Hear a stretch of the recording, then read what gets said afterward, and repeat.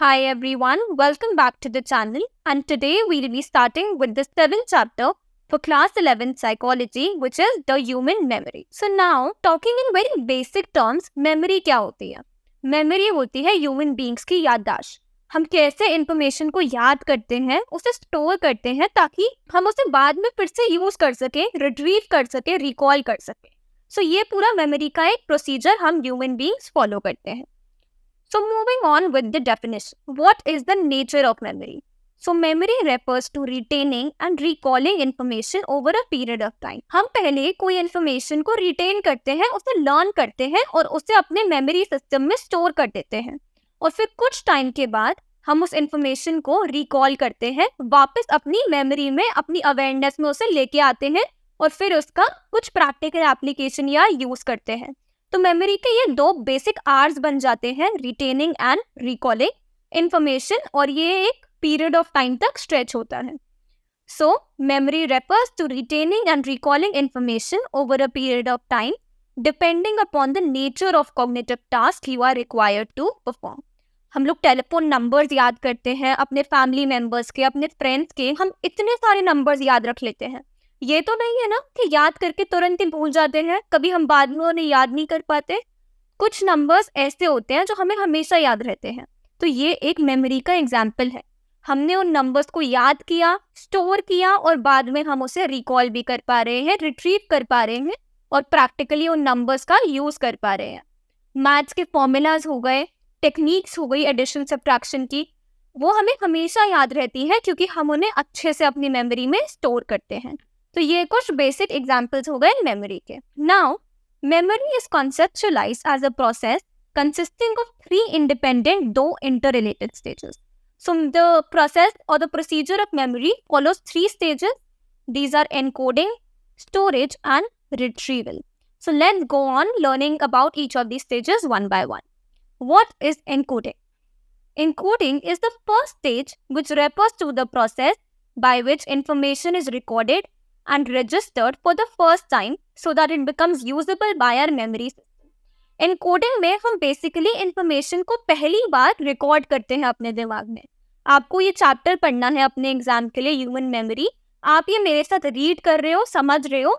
This is the first time you are recording this information. आप समझ रहे हो, रीड कर रहे हो, फिर जब खुद पढ़ने बैठोगे तो लर्न करोगे. तो ये इनकोडिंग का प्रोसेस है जिसमें हम इंफॉर्मेशन को रजिस्टर करते हैं, रिकॉर्ड करते हैं और लर्न करते हैं. So next it is then represented in a way so that it can be processed further. हम इसको इतने अच्छे से एनकोड करते हैं, लर्न करते हैं कि हम आगे इस इंफॉर्मेशन का यूज कर सकते हैं. Now storage is the second stage of memory. Storage क्या होता है? It refers to the process through which information is retained and held over a period of time. Storage मतलब उस इंफॉर्मेशन को अपने दिमाग में बिठा लेना, उसे हमेशा के लिए वहाँ फिट कर देना ताकि हम कभी भी उसका यूज कर पाए over a period of time. So information इसमें रिटेन्ड होती है और माइंड में स्टोर हो जाती है, रख दी जाती है एक तरह से, ताकि उसे कुछ टाइम के बाद रीयूज कर लिया जाए.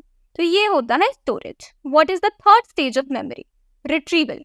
Retrieval refers to bringing the stored information to his or her awareness so that it can be used for performing various cognitive tasks such as problem solving or decision making. अब आपने इस chapter को learn किया, encode किया, अच्छे तरह से store कर लिया अपने दिमाग में, और फिर आया आपका परफॉर्मेंस टाइम यानी कि एग्जाम टाइम. अब आपको इस चैप्टर की क्वेश्चन आंसर्स को उस एग्जाम में जाके अच्छे से आंसर करना है.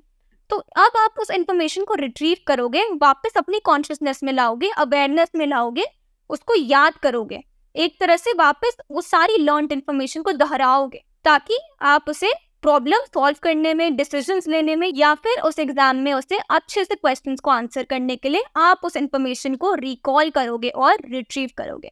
तो ये हमारे 3 बेसिक प्रोसेसेस हो गए जिसके थ्रू ह्यूमन बीइंग्स अपनी मेमोरी को प्रोसेस करते हैं. अब हमारे पास एक अप्रोच आ जाती है known as the information processing approach, जिसके अंडर हम पढ़ेंगे stage model. Now initially it was thought that memory is the capacity to store all information that we acquire through learning and experience. पहले ये basic norm था कि memory मतलब हमारी capacity होती है, ह्यूमन माइंड की कैपेसिटी होती है कि वो कितनी इंफॉर्मेशन स्टोर कर सकती है, जो जो इंफॉर्मेशन उसने लर्न की है या फिर अपनी लाइफ में एक्सपीरियंस की है. लेकिन अब ये फंडामेंटल्स, अब ये थॉट थोड़ा चेंज हो गया है. But with the advent of computer, human memory came to be seen as a system that processes information in the same way as a computer does. लेकिन जैसे जैसे कंप्यूटर्स का डेवलपमेंट होता गया, साइंटिफिक एडवांसमेंट हुए, तो ह्यूमन मेमोरी को ना एक सिस्टम की तरह देखने लग गए कि जैसे कंप्यूटर अपना पूरा सिस्टम एक प्रोसेस करता है, वैसे ही ह्यूमन मेमोरी एक प्रोसेस फॉलो करती है जिसके थ्रू ह्यूमन बीइंग्स चीजें याद रखते हैं. So both the human memory and computer register, store and manipulate large amount of information and act on the basis of the outcome of such manipulation.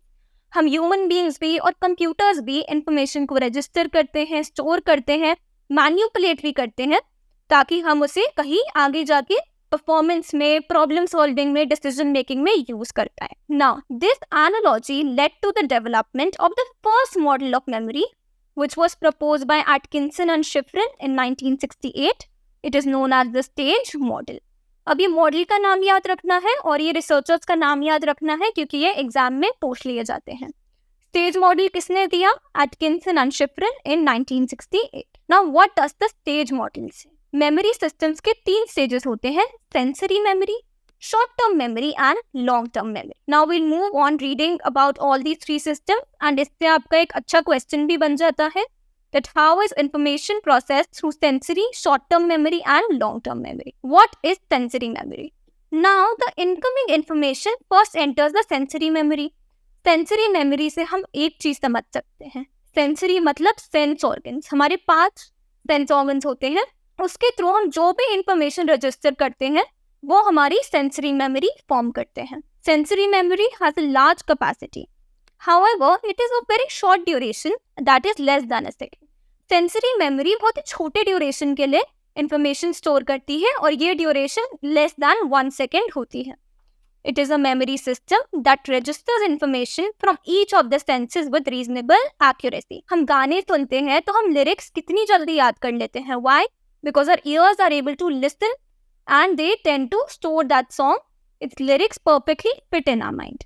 हम कुछ देखते हैं तो वो भी हमें आगे याद रहता है. तो ये सेंसरी मेमोरी होती है, वो सारी इंफॉर्मेशन जो हमारे सेंस ऑर्गन्स कलेक्ट करते हैं एनवायरनमेंट. आइकॉनिक भी हो सकती है, विजुअल, और इक्विक भी हो सकती है, मतलब ऑडिटरी सेंसरी रजिस्टर हो सकते हैं ह्यूमन. And repeat again. अब सेंसरी इंफॉर्मेशन कैसी कैसी हो सकती है? आइकॉनिक भी हो सकती है, मतलब जो विजुअली हमने कलेक्ट की हो, या इकोइक भी हो सकती है जो ऑडिटरी हो नेचर में. What is the short term memory? Information that is attended to enters the second memory store called the short term memory, which holds small amount of information for a brief period of time, usually for 30 seconds और लेस. जो जो हमारी sense organs information collect करते हैं, अगर हम उसे अटेंशन पे करते हैं, उस इंफॉर्मेशन पे ध्यान देते हैं, तो वो हमारे सेकेंड मेमोरी सिस्टम यानी कि शॉर्ट टर्म मेमोरी में चला जाता है. अब शॉर्ट टर्म मेमोरी इंफॉर्मेशन को 30 सेकेंड्स या उससे कम ड्यूरेशन के लिए होल्ड करती है. Now Atkinson and Shiffrin propose that information in STM is primarily encoded acoustically, that is in terms of sound, and unless rehearsed continuously it may get lost from the STM in less than 30 seconds. अब ये जो STM information register करता है ना, ये less than 30 seconds के लिए register करता है, और अगर इस इंफॉर्मेशन को बार बार रिपीट ना किया जाए, रिहर्स ना किया जाए, अच्छे से सुन के उसकी प्रैक्टिस ना की जाए, तो वो फेड हो सकती है. तो इसके लिए रिहर्सल बहुत इंपॉर्टेंट होती है, तभी इंफॉर्मेशन हमारी शॉर्ट टर्म मेमोरी में जाएगी. Next we move on to long term memory. अब long term memory, it has a vast capacity and it is a permanent storehouse of all information. आपको कोई ऐसी चीज, बहुत इंपॉर्टेंट एस्पेक्ट अपनी लाइफ का अगर इतनी क्लियरली याद है ना, तो you need to understand that that form of memory is present in your long term memory. Why? Because the long-term memory is a permanent storehouse of all information. It has been shown that once any information enters the long-term memory store, it is never forgotten because it gets encoded semantically, that is in terms of the meaning that any information carries. जो memory long term memory system में चली जाती है वो हमें हमेशा याद रहती है. क्यों? क्योंकि इसमें हम रट्टा नहीं मारते, इसमें हम चीज़ों का मतलब समझते हैं. यू नो दैट्स वाई हमें हमेशा चीज़ें समझ के पढ़नी चाहिए, ना कि रट्टा मारना चाहिए. क्योंकि जब हम मीनिंग मेकिंग करते हैं, कुछ समझ के लर्न करते हैं, तो वो हमेशा हमारी long-term memory में fit हो जाती है. So that is what long-term memory is all about. Now, we have one question here that how does information travel from one store to another? एक मेमोरी सिस्टम से दूसरे मेमोरी सिस्टम में information कैसे travel करती है? Now, Atkinson and Shiffrin propose the notion of control processes. Control processes, they function to monitor the flow of information through various memory stores.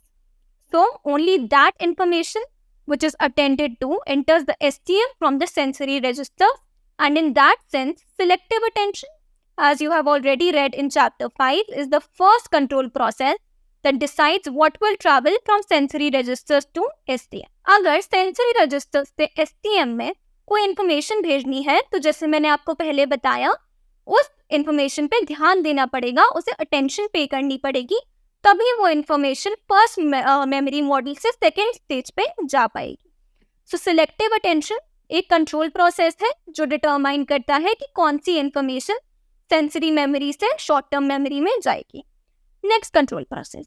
STM then sets into motion another control process of maintenance rehearsal to retain the information for as much time as required. Now, what are maintenance rehearsals? These kinds of rehearsals simply maintain information through repetition, and when such repetitions discontinue, the information is lost. हमें history जब हम पढ़ते हैं उसमें एक के बाद एक इवेंट्स याद रखने होते हैं, तो हम लोग यूजुअली यही टेक्निक फॉलो करते हैं. आप भी, मैं भी, सब लोग यही टेक्निक फॉलो करते हैं कि हम उस बार बार उस क्वेश्चन को, उस आंसर को रिपीट करते रहते हैं. That is what maintenance rehearsal is. और अब जब ये रेपिटेशन बंद हो गई, जब हमने उस चैप्टर को या मानो उस आंसर को बहुत टाइम तक पढ़ा भी नहीं, रिकॉल भी नहीं किया, तो वो डिसकंटिन्यू हो जाती है, वो इन्फॉर्मेशन हमारी शॉर्ट टर्म मेमोरी से चली जाती है. तो मेंटेनेंस रिहर्सल नाम ही बताता है कि हम उस इन्फॉर्मेशन को बहुत थोड़े टाइम के लिए अपने दिमाग में रखते हैं, थोड़े टाइम के लिए उसे रिहर्स करते हैं ताकि वो दिमाग में बैठ जाए. लेकिन अगर ये रिहर्सल बंद हो गई तो वो इन्फॉर्मेशन कहीं भी वैनिश हो सकती है. सो मेंटेनेंस रिहर्सल्स हमारा सेकंड कंट्रोल प्रोसेस है. Another control process which operates in STM to expand its capacity is called chunking. अब ये थोड़ा यूजफुल कंट्रोल प्रोसेस है. कैसे? Now, through chunking, it is possible to expand the capacity of STM, which is otherwise 7 plus minus 2. Chunking मतलब किसी भी बड़े से एस्पेक्ट को छोटे छोटे पार्ट्स में ब्रेक कर लेना ताकि उसे याद रखना इजी हो जाए. तो इससे हमारी शॉर्ट टर्म मेमोरी की कैपेसिटी एक्सपैंड होती है. और 7 प्लस माइनस 2 एक बेसिकली एक नंबर होता है जो सिग्निफाई करता है कि शॉर्ट टर्म मेमोरी में या तो 7 नंबर्स या 9 नंबर्स या फिर -2 मतलब 5 नंबर्स याद रख सकते हैं हम लोग अपनी शॉर्ट टर्म मेमोरी. अब सपोज एक नंबर है मेरे पास इतना बड़ा, अब हम इसे ब्रेक कर लेंगे. 1947 को अलग, 1949 को अलग और 2004 को अलग. अब हमने चंकिंग कर ली, बड़े से नंबर को छोटे छोटे पार्ट्स में ब्रेक कर दिया. अब हम इस इंफॉर्मेशन को कैसे याद रखेंगे? 1947 को मैंने ऐसे याद रखा कि इंडिया बिकेम इंडिपेंडेंट. 1949 को the year when the Indian Constitution was adopted, the year when the tsunami hit the coastal regions of India and Southeast Asian countries. तो ये मैंने इतने बड़े नंबर को छोटे छोटे पार्ट्स में, छोटे छोटे चंक्स में ब्रेक किया और उसे फिर कुछ इवेंट के साथ सिस्टमैटिकली, सिमेंटिकली उसका मतलब समझ के याद किया. तो इससे मेरी शॉर्ट टर्म मेमोरी की कैपेसिटी इंक्रीज हो जाती है. Next, from the STM, information enters the long-term memory through elaborative rehearsals. अब STM से long-term memory में information जाती है through the process of elaborative rehearsal. Now, what are elaborative rehearsals? As against maintenance rehearsals, which are carried through silent or vocal repetition, the rehearsal attempts to connect the to-be-retained information to the already existing information in long-term memory. Now, elaborative rehearsals में ना हम information का मतलब समझते हैं और उससे connect करते हैं उन बातों से जो हमें पहले से ही पता है. अब मेरे पास एक वर्ड आया सामने, ह्यूमैनिटी. ह्यूमैनिटी से मैंने क्या रिलेट किया? मेरे को फ्रीडम फाइटर्स का नाम याद आया, कुछ अच्छे डिवोशनल लोगों का नाम याद आया. ये सारे नाम जो मैं रिटेन कर पा रही हूँ, रिकॉल कर पा रही हूँ, उस एक वर्ड के कहने से ह्यूमैनिटी, ये सब मेरी ऑलरेडी एग्जिस्टिंग मेमोरी है जिसके साथ मैं नई इन्फॉर्मेशन को स्टोर कर रही हूँ, कनेक्ट कर रही हूँ. तो नई इन्फॉर्मेशन को जब हम ऑलरेडी नोन इन्फॉर्मेशन से कनेक्ट करते हैं, कुछ मीनिंग फाइंड आउट करते हैं, that is what elaborative rehearsals are all about. So now a question also comes in your exam, which is how are maintenance rehearsals different from elaborative rehearsals? and this can come as a 3 marker, so you need to prepare this question very well. Now we have another model known as the levels of processing. So the levels of processing was proposed by Craig and Lockhart in 1972. So this view suggests that the processing of any new information relates to the manner in which it is perceived, analyzed and understood, which in turn determines the extent to which it will eventually be retained. जब भी हम कोई नई information को process करते हैं ना, हम किस तरीके से उसे समझते हैं, एनालाइज करते हैं, उसका मतलब निकालते हैं और फिर उसे लर्न करते हैं, ये सारी प्रोसेसेस डिटरमाइन करते हैं, इन्फ्लुएंस करते हैं कि वो इन्फॉर्मेशन हमें कब तक और कितने टाइम तक याद रहेगी. सो ये बेसिकली लेवल्स ऑफ प्रोसेसिंग का एक छोटा सा crux. Now it is possible to analyse the incoming information at 2 level. So हम जो इन्फॉर्मेशन होती है ना, उसे 2 लेवल्स पे प्रोसेस करते हैं. One may analyze in it terms of its physical or structural features. For example, one might attend only to the shape of letters in a word, say cat, in spite of whether the word is written in capital or small letters or the color of the ink in which it is written. हम कभी कभार ना किसी aspect की सिर्फ एक ही चीज पे फोकस करते हैं. ये वर्ड है मेरे पास कैट, मैं और चीजें इग्नोर ही कर रही हूँ कि इसमें कैपिटल लेटर है, स्मॉल लेटर है या फिर क्या इंक का कलर है, ये सब मैंने इग्नोर कर दिया. मेरा ध्यान सिर्फ इन लेटर्स की शेप पे है कि इन्हें किस तरह से लिखा गया है.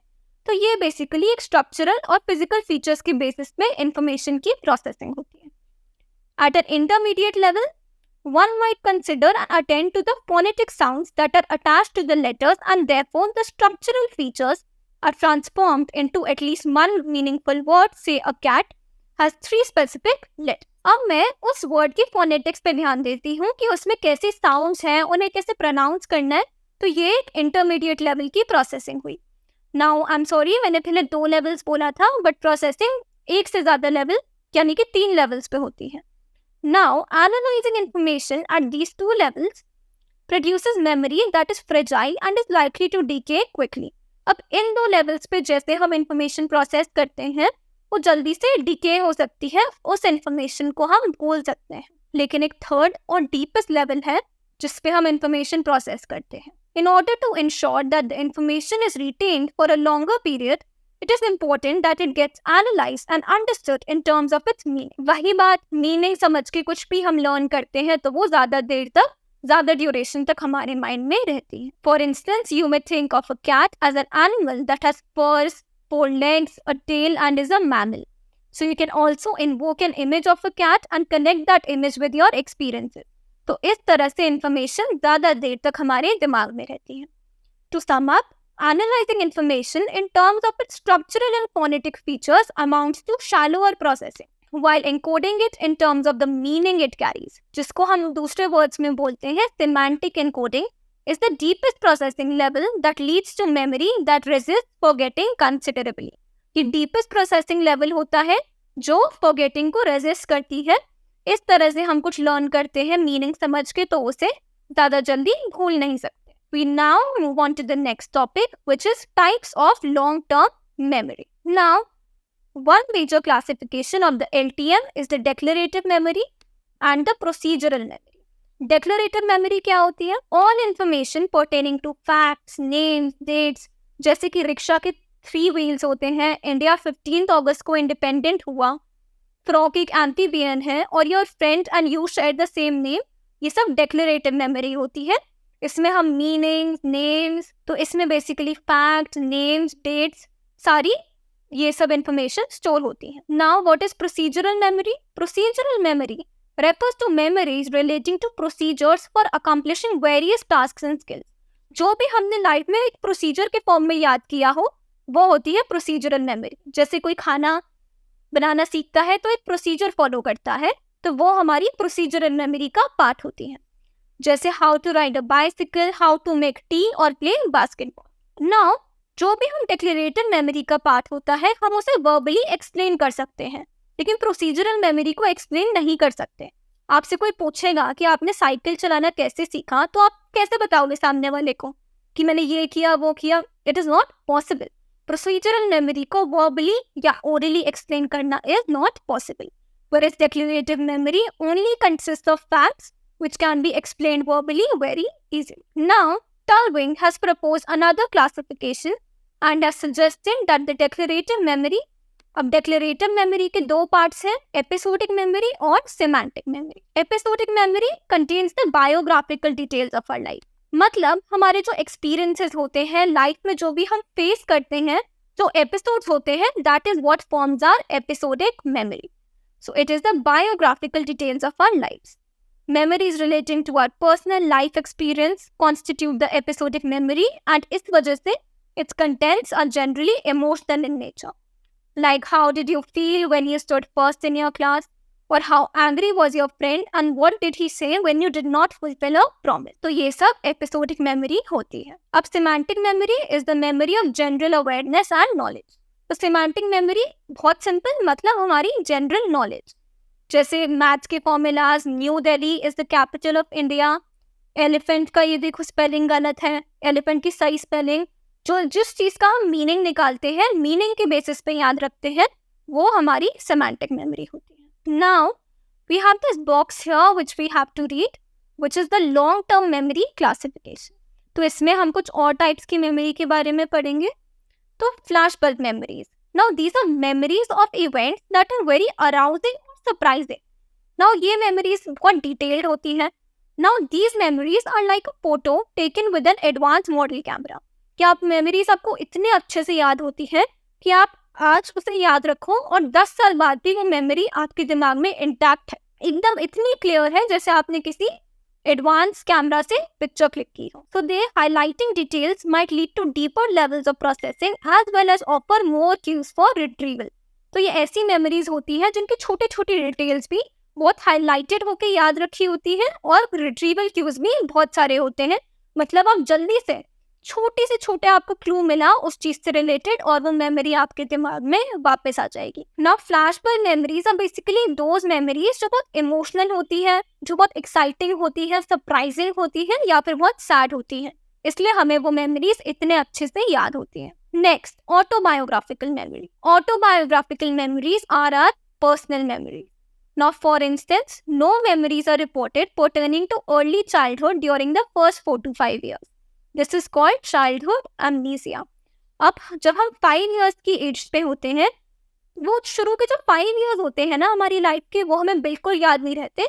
हम लोग याद करने की कोशिश भी करते हैं तो बिल्कुल याद नहीं होते. 5 years के बाद ही एक बच्चा कॉन्शियसनेस गेन करता है कि मैं ये हूँ, ये मेरी फैमिली है, ये मेरा सर्कल है, ये मेरी लाइफ है. तो इस फिनोमिना को, जब बच्चे को 5 years की एज तक कुछ याद नहीं रहता, इस फिनोमिना को हम बोलते हैं childhood amnesia. There is a dramatic increase in the frequency of memories just after early adulthood, that is in the 20s. 20s की एज में आके हमारी मेमोरी का जो प्रोसीजर होता है, मेमोरीज याद रखने की जो फ्रीक्वेंसी होती है वो इंक्रीज हो जाती है. नाउ इम्प्लिसिट मेमोरी क्या होती है?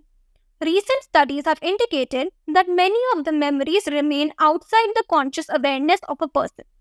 Implicit memory is a kind of memory that a person is not aware of. Implicit memories वो memories होती है जो हमें पता भी नहीं होता कि हमारे पास exist करती है, वो हमारी memory system का part है. It is the memory that is retrieved automatically. ऐसी कोई चीज जो आपको अचानक से याद आ जाए और फिर आप सोचो कि अरे मुझे तो पता ही नहीं था कि मुझे ये भी चीज याद होगी, तो ये होती है implicit memory. Nevertheless, implicit memories do influence our behavior. Implicit memories हमारे behavior को भी बहुत influence करती हैं. तो ये कुछ extra long term memories थी, आप इन्हें read कर लेना. Next topic which we have is the nature and causes of forgetting. Forgetting क्या होता है? मतलब किसी याद की हुई, लर्न की हुई इंफॉर्मेशन को भूल जाना. So, the first systematic attempt to understand the nature of forgetting was made by Hermann Ebbinghaus, who memorized lists of nonsense syllables जैसे CVC, NOK और SEP and then measured the number of trials he took to relearn the same list at varying time intervals. तो nature of forgetting की जिन्होंने बात की है वो थे Hermann Ebbinghaus. उन्होंने ना एक नॉनसेंस सिलेबल्स की लिस्ट को लर्न किया. नॉनसेंस सिलेबल्स क्या होते हैं?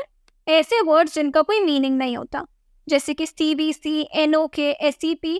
एक लंबी लिस्ट बनाई उन्होंने 12 से 15 वर्ड्स की एंड उसे बार बार लर्न करते रहे. जिन वर्ड्स का कोई मीनिंग ही नहीं होता उस लिस्ट को बार बार लर्न करते रहे और उसको नोट करते रहे कि उन्होंने कितने नंबर ऑफ ट्रायल्स लिए उस लिस्ट को लर्न करने में एक डेफिनेट टाइम इंटरवल के गैप पे. तो अब हमारे पास ये ग्राफ भी है, तो इस ग्राफ को अगर हम समझें, so the rate of forgetting is maximum in the first 9 hours, particularly during the first hour. हम कोई इन्फॉर्मेशन को पहले घंटे में ही भूल सकते हैं, इसके चांसेस काफ़ी ज़्यादा होते हैं, and the rate of forgetting is maximum in the first 9 hours. After 9 hours, the rate slows down and not much is forgotten even after many days.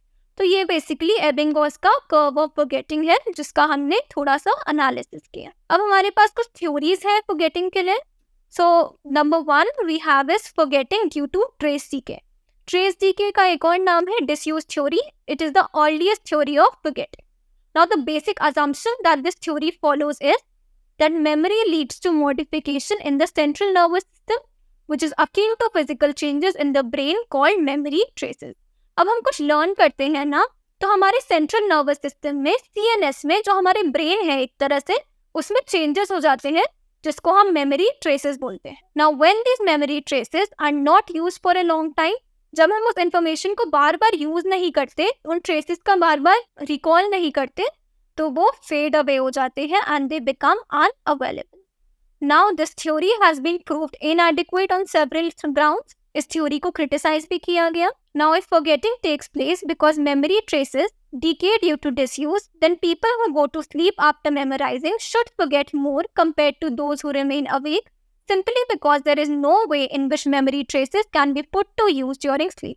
अब जब डिसयूज थ्योरी ये कहती है कि अगर हम उन मेमोरी ट्रेसेस को यूज नहीं करते रहते, तो ऐसा होना चाहिए ना कि जो ह्यूमन बीइंग्स पढ़ाई करने के बाद, लर्निंग करने के बाद सो जाते हैं, वो सब कुछ भूल जाए, क्योंकि सोते हुए तो हम उन मेमोरी ट्रेसेस का यूज करते ही नहीं.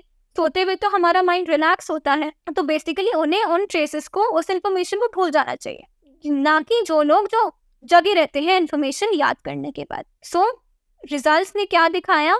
Those who remain awake after memorizing show greater forgetting than those who sleep. तो बेसिकली जो लोग याद करने के बाद अवेक रहते हैं, जगे रहते हैं, वो इन्फॉर्मेशन ज़्यादा जल्दी भूल जाते हैं, ना कि वो लोग जो इन्फॉर्मेशन लर्न करने के बाद, पढ़ाई करने के बाद सो जाते हैं. इस वजह से डिसयूज थ्योरी को क्रिटिसाइज किया गया. अब एक और थ्योरी आती है हमारे पास, forgetting due to interference. This theory assumes that learning and memorising involve forming of association between items, and once acquired, these associations remain intact in the memory. तो अब फॉरगेटिंग ड्यू टू इंटरफेरेंस की theory कहती है कि हम जो information को learn करते हैं, उसको एसोसिएट करके लर्न करते हैं, कनेक्शंस बना के उस इन्फॉर्मेशन को लर्न करते हैं. जैसे मैंने पहले भी बताया था कि ऑलरेडी एग्जिस्टिंग इन्फॉर्मेशन को नई इन्फॉर्मेशन से कनेक्ट करो तो लर्निंग स्ट्रांग हो जाती है. तो इस तरह से हम ह्यूमन बीइंग्स काफ़ी इन्फॉर्मेशन को लर्न करते रहते हैं, मेमोराइज करते रहते हैं, आपस में एसोसिएट करते रहते हैं. लेकिन इंटरफेरेंस कब आती है? Interference comes about at a time of retrieval when these various sets of associations compete with each other for retrieval. Now, अब मैंने हिस्ट्री साथ में लर्न कर ली, साइंस भी साथ में लर्न कर ली, और लेट्स से केमिस्ट्री भी साथ में लर्न कर ली. तो बेसिकली थ्योरी सब्जेक्ट्स मैंने सारे एक साथ लर्न कर लिए, एक के बाद एक. अब मुझे हिस्ट्री के एग्जाम में एक आंसर याद करना है, एक आंसर रिकॉल करना है, रिट्रीव करना है. तो ये सारी जितनी भी इंफॉर्मेशन है, ये आपस में झगड़ा करेगी, compete करेगी, वो मेरी कॉन्शियसनेस में आने के लिए. इंटरफेरेंस क्रिएट हो जाएगी, क्योंकि मेरे को हिस्ट्री के पेपर में केमिस्ट्री का आंसर याद आ रहा होगा, केमिस्ट्री के पेपर में ज्योग्राफी का आंसर याद आ रहा होगा. तो ये एक रिट्रीवल प्रॉब्लम हो जाती है जब ये सारे एसोसिएशंस आपस में compete करते हैं. So now there are two kinds of interference. Interference can be proactive, मतलब what you have learned earlier interferes with the recall of your subsequent learning. जो हमने पहले याद किया है वो आगे वाली लर्निंग में इंटरफेयर करती है, उसे बोलते हैं प्रोएक्टिव इंटरफेरेंस. और जो हमने पहले याद किया है रेट्रोएक्टिव, मतलब you face difficulty in recalling what you have learned earlier because of learning of a new material. नया मटेरियल लर्न करते हैं, इसलिए हम पुरानी वाली लर्निंग को, पुरानी वाली इंफॉर्मेशन को भूल जाते हैं. ये होती है दो तरह की interferences. Next, forgetting due to retrieval failure. नाउ कुछ इन्फॉर्मेशन को हम रिट्रीव नहीं कर पाते. क्यों? क्योंकि रिट्रीवल क्यूज एब्सेंट होते हैं.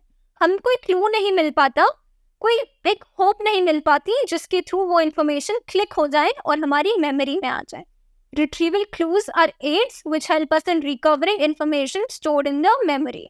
Now, this view was advanced by Tulving and his associates, who carried out several experiments to show that contents of memory may become inaccessible either due to absence or inappropriateness of retrieval cues that are available or employed at the time of recall. So basically ये वो memories होती है, आपने देखा होगा कभी ना कभी कि हम जितनी कोशिश कर लें कोई चीज़ ऐसी होती है जो हम याद ही नहीं कर पाते. क्यों? क्योंकि हमें उस इन्फॉर्मेशन को याद करने के लिए कोई क्लू मिल नहीं पाता, इसलिए वो इन्फॉर्मेशन हमारी अवेयरनेस तक आ नहीं पाती. So that is what forgetting due to retrieval failure. अब जैसे category names in this example act as retrieval cues. Category names के अलावा the physical context which you learn also provide effective retrieval cues. अब जैसे Apple है तो उसका मैंने अपने दिमाग में एक ड्रॉर बनाया हुआ है, एक मेंटल ड्रॉर क्रिएट किया हुआ है कि एप्पल मतलब फ्रूट्स. तो ये एक बेसिकली कैटेगरीज के नाम है जिनके थ्रू हम बहुत अच्छे से चीज़ों को याद कर सकते हैं.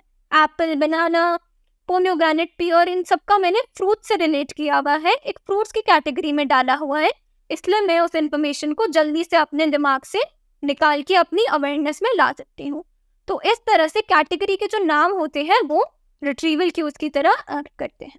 Now how can we enhance our memory.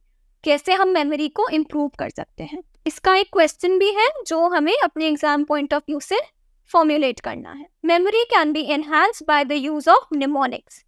They help to improve your memory. So there are two types of mnemonics using images.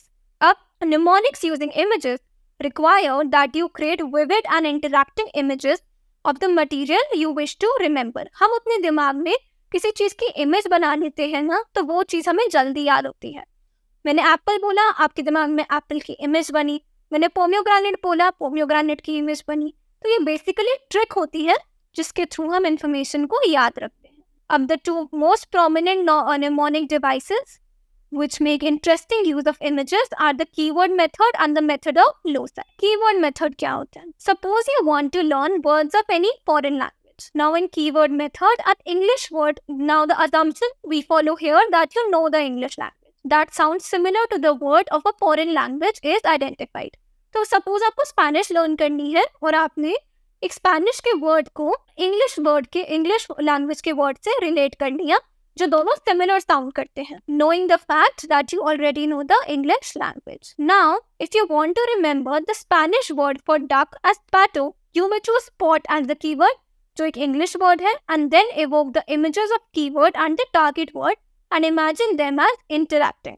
तो बेसिकली जो वर्ड हमें लर्न करना है हमने उसको एक इंग्लिश वर्ड से रिलेट कर दिया जो हमें पहले से पता है, दोनों इंफॉर्मेशन को कनेक्ट कर दिया, एक इमेज बना ली और उसे लर्न किया. You can imagine a duck in a pot full of water. So this method of learning words of a foreign language is much superior compared to any kind of rote memorization. यानी कि रट्टा मारने से better तरीका है words को ऐसे याद रखना. Now what is the method of loci? In order to use the method of loci, items you want to remember are placed as objects arranged in a physical space in the form of visual images. आपको एक सामान की list याद रखनी है, एक grocery सामान की लिस्ट याद रखनी है, तो आपने बेसिकली उस सामान को विजुअल इमेजेस के तरह एक फिजिकल स्पेस में रख दिया. Now this method is particularly helpful in remembering items in a serial order. Now let's look at this example here. Now if you want to remember bread, eggs, tomatoes and soap on your way to the market, you may visualize a loaf of bread and eggs placed in your kitchen, tomatoes kept on a table and soap in the bathroom. So when you enter the market, all you need to do is to take a mental walk along the route from your kitchen to the bathroom, recalling all the items of your shopping list in a sequence. तो basically हमें जो भी चीज़ें याद रखनी है, जो एक सीरियल ऑर्डर में लिस्ट याद रखनी है, हमने उसे एक नोन और फेमिलियर फिजिकल कॉन्टेक्स्ट में प्लेस करके लर्न कर लिया. तो ये होता है मेरा method of loci. Now mnemonics do using organization. Organization मतलब किसी भी एक इंफॉर्मेशन को एक सर्टेन ऑर्डर के थ्रू फिट करना, ऑर्गेनाइज करना of the material you want to remember. So organization refers to imposing certain order on the material you want to remember. Now chunking हमने पहले भी पढ़ा that in chunking several smaller units are combined to form large chunks. So now it is important to discover some organization principles which can link smaller units. So apart from being a control mechanism to increase the capacity of short-term memory, chunking can be used to improve memory as well. So it is both a short-term memory process and a memory improvement aspect. First letter technique. Now in order to employ the first letter technique, you need to pick up the first letter of each word you want to remember and arrange them to form a word or sentence. जैसे colors of the rainbow बहुत common है, हम इसे as Vibgyor remember करते हैं. Violet, indigo, blue, green, yellow, orange and red. तो इन सारे colours के फर्स्ट वर्ड का हमने एक नया वर्ड बना लिया Vibgyor, जिसके थ्रू हमें रेनबो के कलर्स याद रखना इजी हो जाता है. Now, in such an approach, emphasis is laid on applying knowledge about memory processes to the task of memory improvement. तो mnemonics के थ्रू हम अपनी memory को improve करते हैं. Now, we should always engage in deep level processing while learning something. Now, Craig and Knockhart have demonstrated that processing information in terms of the meaning that they convey leads to better memory as compared to attending to the surface features. ऊपर से information को रट्टा मारने से अच्छा है हम उसका मतलब समझ के उसे लर्न करें. Deep processing would involve asking as many questions relating to the information as possible, considering its meaning and examining its relationships to the facts you already know. So that is what the whole process of deep level processing is. We should always try to minimize interference. Interference हमें पता है, it is a major cause of forgetting. You should try to avoid it as much as possible. हमें पता है maximum interference तब होती है जब हम सिमिलर मटेरियल्स को एक सीक्वेंस में याद रखते हैं. इसलिए हमें जो भी सब्जेक्ट्स पढ़नी है उन्हें ऐसे लर्न करना चाहिए कि वो आपस में कनेक्टेड ना हो. मैथ्स पढ़ ली पहले, फिर कुछ थ्योरी के सब्जेक्ट्स पढ़े, फिर कोई लैंग्वेज पढ़ ली, तो ऐसे इंफॉर्मेशन आपस में कम्पीट नहीं करेगी और रिट्रीवल ईजी हो जाएगा. तो हमेशा स्टडी मटेरियल को एक वेरिएड और डिफरेंट फॉर्म में अरेंज करना चाहिए. Give yourself enough retrieval cues. Identify them and link parts of the study material to these cues. तो हमेशा क्लूज लेके चीजों को कनेक्ट करके पढ़ना चाहिए. Now, Thomas and Robinson have developed another strategy to help students in remembering more, which they call the method of PQRS. अब जो ये PQRST का फंडा है, इसको आप अपनी पढ़ाई करते हुए डेली यूज कर सकते हो. P मतलब प्रीव्यू, Q मतलब क्वेश्चन, R मतलब रीड, S मतलब सेल्फ रिसाइटेशन एंड T मतलब टेस्ट. प्रीव्यू क्या हुआ? It refers to giving a cursory look at the chapter and familiarizing itself with the contents. आप एक चैप्टर के पेजेस को ऐसे टर्न करते हो, हेडिंग्स पढ़ते हो, तो आपको समझ आ जाता है, थोड़ा सा आइडिया लग जाता है कि इस चैप्टर में क्या क्या टॉपिक्स हैं और उनसे आप थोड़े फेमिलियर हो जाते हो. क्वेश्चन मतलब raising questions and seeking answers from the lesson. Question सोचते हो कि अच्छा इस चैप्टर में ये टॉपिक है तो ऐसा क्वेश्चन होगा, अभी मैं बुक में ढूंढता हूँ. ये होता है हमारा second step. Now we start reading and look for the answers of the questions you have raised. Now after reading, the fourth step, we try to rewrite what you have read. हम उस read किए हुए content को वापस recite करते हैं या फिर रीराइट करते हैं ताकि हम अपना फोर्थ स्टेप कर सके, सेल्फ रिसाइटेशन. और एंड में हमेशा टेस्ट लेते हैं ताकि हम समझ पाए that how much have we been able to understand. तो ये हमारे 5 स्टेप्स होते हैं PQRST, which help in improving the human memory given by Thomas and Robinson. So that was all for this chapter. I hope you've understood the concepts well. Thank you so much.